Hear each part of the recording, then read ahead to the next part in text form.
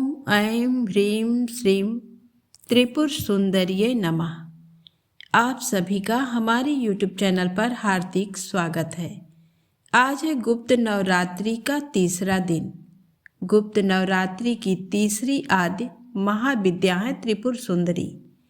अनुपम सौंदर्य, भक्तों को अभय प्रदान करने वाली, यौवन युग और तीनों लोकों में विराजमान देवी त्रिपुर सुंदरी कई नामों से विख्यात हैं। इनको ही राज राजेश्वरी, बाला, ललिता, मीनाक्षी, कामाक्षी, शताक्षी, कामेश्वरी कहा जाता है। स्त्री के सौंदर्य शास्त्र की जितनी भी उपमाएं हैं वह सभी देवी त्रिपुर सुंदरी से ही आई हैं। देवी और अन्य देवी देवताओं के पूजन में अनिवार्य रूप से खोजस माताओं की अर्चना होती है। खोजस माताएं कोई और नहीं वरन त्रिपुर सुंदरी के रूप में ही एकाकार हैं। 16 का अंक इनको प्रिय है। वह 16 कलाओं की साम्राज्ञी हैं।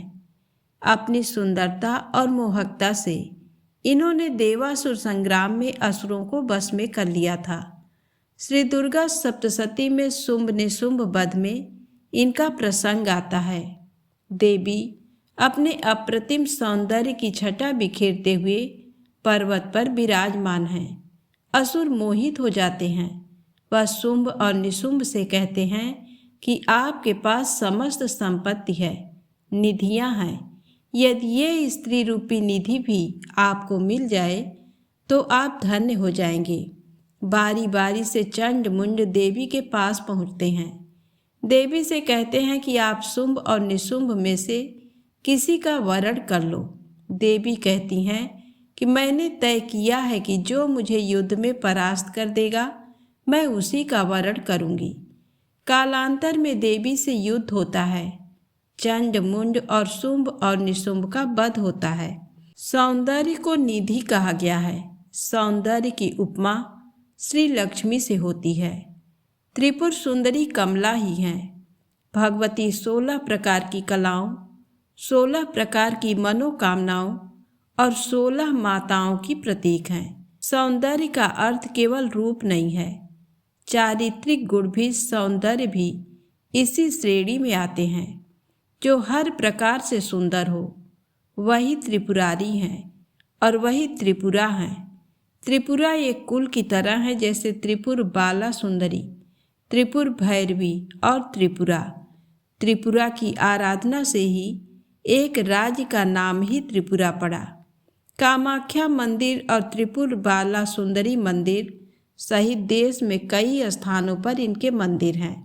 त्रिपुर सुंदरी की आराधना से कमला नाम से विख्यात 10वीं महाविद्या धन की अधिष्ठात्री हुई। उनको श्री की उपाधि मिली। श्री यंत्र, जो यंत्र शिरोमणि है, त्रिपुर सुंदरी की आराधना करने वाले भक्त को लौकिक और पारलौकिक शक्तियां प्राप्त होती हैं। तंत्र शास्त्र में मारण, मोहन, वशीकरण, उच्चाटन और स्तंभन की महत्ता है, अर्थात समन और दमन करने की शक्ति है।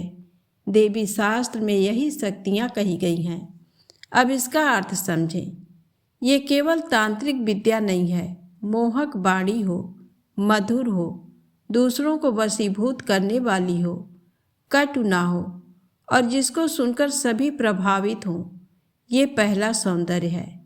दूसरा सौंदर्य कर्म कर्तव्यनिष्ठ हो, कर्म श्रेष्ठ हो, कर्म ऐसे हों जिनसे सभी का उद्धार हो, कर्म मोक्षदायिनी हो और जीवनोपरांत भटकना न पड़े।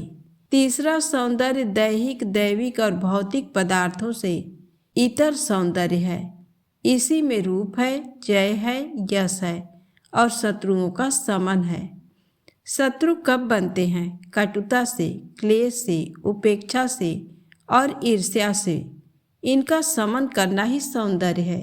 देवी भगवती कहती हैं कि जो इन सबसे ऊपर उठ जाता है वही अप्रतिम सौंदर्य का स्वामी होता है। वह शताक्षी हैं, यानी 100 आँखों से देखती हैं। वह कामाख्या हैं, यानी काम को नियंत्रित करती हैं। वह राज राजेश्वरी हैं, यानी राज सत्ता को कुशल नीतियाँ प्रदान करती हैं। इहलोक और परलोक की हर सत्ता सौंदर्यमय हो, यही देवी संदेश देती हैं। देवी त्रिपुर सुंदरी शांत मुद्रा में लेटे हुए सदा शिव की नाभि निर्गत कमल आसन पर विराजमान है। चतुर्भुजी भुजाओं में देवी के पास अंकुश, धनुष और बाण हैं। देवी के आसन को ब्रह्मा, विष्णु, शिव और यमराज अपने मस्तक पर धारण करते हैं। देवी 3 नेत्रों से युक्त और मस्तक पर अर्धचंद्र धारण करती हैं। देवी त्रिपुर सुंदरी अपने भक्तों की हर प्रकार की मनोकामना को पूरी करती हैं, उनकी हर विपत्ति को दूर करती हैं और उन्हें अभय प्रदान करती हैं। कहा जाता है कि देवी त्रिपुर सुंदरी की पूजा करने से आत्मिक बल, यश और कीर्ति की प्राप्ति होती है। पौराणिक कथा के अनुसार देवी त्रिपुर सुंदरी के उत्पत्ति का रहस्य सती वियोग के पश्चात भगवान शिव सर्वदा ध्यान मग्न रहते हुए उन्होंने अपने संपूर्ण कर्म का परित्याग कर दिया था, जिसके कारण तीनों लोकों के संचालन में व्याधि उत्पन्न हो रही थी। उधर तारकासुर ब्रह्मा जी से वर प्राप्त किया कि उसकी मृत्यु शिव के पुत्र द्वारा ही होगी। समस्त देवताओं ने भगवान शिव को ध्यान से जगाने के लिए कामदेव और उनकी पत्नी रति देवी को कैलाश भेजा। कामदेव ने कुसुम सर नामक मोहिनी बाण से भगवान शिव पर प्रहार किया। परिणाम स्वरूप शिव जी का ध्यान भंग हो गया। देखते ही देखते भगवान शिव के तीसरे नेत्र से उत्पन्न क्रोध अग्नि ने कामदेव को जलाकर भस्म कर दिया। कामदेव की पत्नी रति द्वारा अत्यंत दारुण विलाप करने पर भगवान शिव ने कामदेव को पुनः द्वापर युग में भगवान कृष्ण के पुत्र रूप में जन्म धारण करने का वरदान दिया और वहाँ से अंतर ध्यान हो गए। भगवान शंकर ने जब कामदेव को जलाया था तो उसकी भस्म वहीं पड़ी रह गई थी। एक दिन गणेश ने कौतूहलवश उस भस्म से पुरुष की आकृति बनाई। थोड़ी ही देर में वह सजीव होकर कामदेव की तरह सुंदर बालक बन गया। उसे देख गणेश जी ने उसे गले से लगा लिया और कहा कि तुम भगवान शंकर की स्तुति करो। उस बालक को शतरुद्रीय का भी उपदेश किया। उसका नाम आगे चलकर भंडासुर हुआ। भंड ने श्री गणेश जी की आज्ञा का अक्षरशः पालन किया और तपस्या से प्रसन्न होकर भगवान शंकर ने उससे वर मांगने को कहा। उसने ये वर मांगा कि मैं देवता आदि किसी प्राणी से न मारा जाऊं। शिव ने उसे मुँह मांगा वर दे दिया तथा साथ ही दिव्य अस्त्र शस्त्र भी दिए। उन्होंने उसे 60,000 वर्ष का राज्य भी दे दिया। ये सब देखकर ब्रह्मा जी ने ही पहले उसे भंड भंड कहा था, तभी से उसका नाम भंड पड़ गया। भंडासुर के वरदान मिलने की बात थोड़ी ही देर में संपूर्ण भुवनों में फैल गई। दैत्यों के पुरोहित शुक्राचार्य ये समाचार पाकर भंडासुर के पास आए और मैं के द्वारा शोणितपुर को फिर से सुसज्जित कराकर वहाँ भंडासुर का अभिषेक कर दिया। प्रारंभ में भंडासुर शिव जी की अर्चना करता और उनके आदेश पर चलता था। उसके अनुयायी दैत्य भी धर्म का अनुसरण करते थे। इस तरह सौभाग्यशाली भंड की सुख समृद्धि के 60,000 वर्ष देखते देखते बीत गए। बाद में वह माया की चपेट में पड़ गया। अब 4 पत्नियों से उसे संतोष न था। वह एक दिव्य वारांगना के मोह में पड़ गया। इसी बीच देवर्षि नारद देवताओं के पास आए और उन्हें समझाया कि इस क्षणिक आमोद प्रमोद को छोड़कर वे अपने भविष्य को सुनहला बनाएं। उन्होंने पराशक्ति की उपासना का परामर्श दिया और उसकी विधि भी बतला दी। देवताओं ने शीघ्र ही उनके आदेश का पालन किया। इधर दैत्यों के पुरोहित शुक्राचार्य भंडासुर के पास आए और उसे सावधान करते हुए उन्होंने कहा, देवता अपनी विजय के लिए हिमालय में पराशक्ति की उपासना कर रहे हैं। यदि पराशक्ति ने उनकी सुन ली तो तुम कहीं के न रह जाओगे। अतः तुम शीघ्र ही देवताओं की पूजा में विघ्न डालो। भंडासुर दल बल के साथ देवताओं पर चढ़ाया, पर अम्बा ने अपनी शरण में आए हुए देवताओं की रक्षा के लिए ज्योति की एक अलंग दीवार खड़ी कर दी। जब भंडासुर ने उस दीवार को देखा तो वह क्रोध के मारे जल उठा।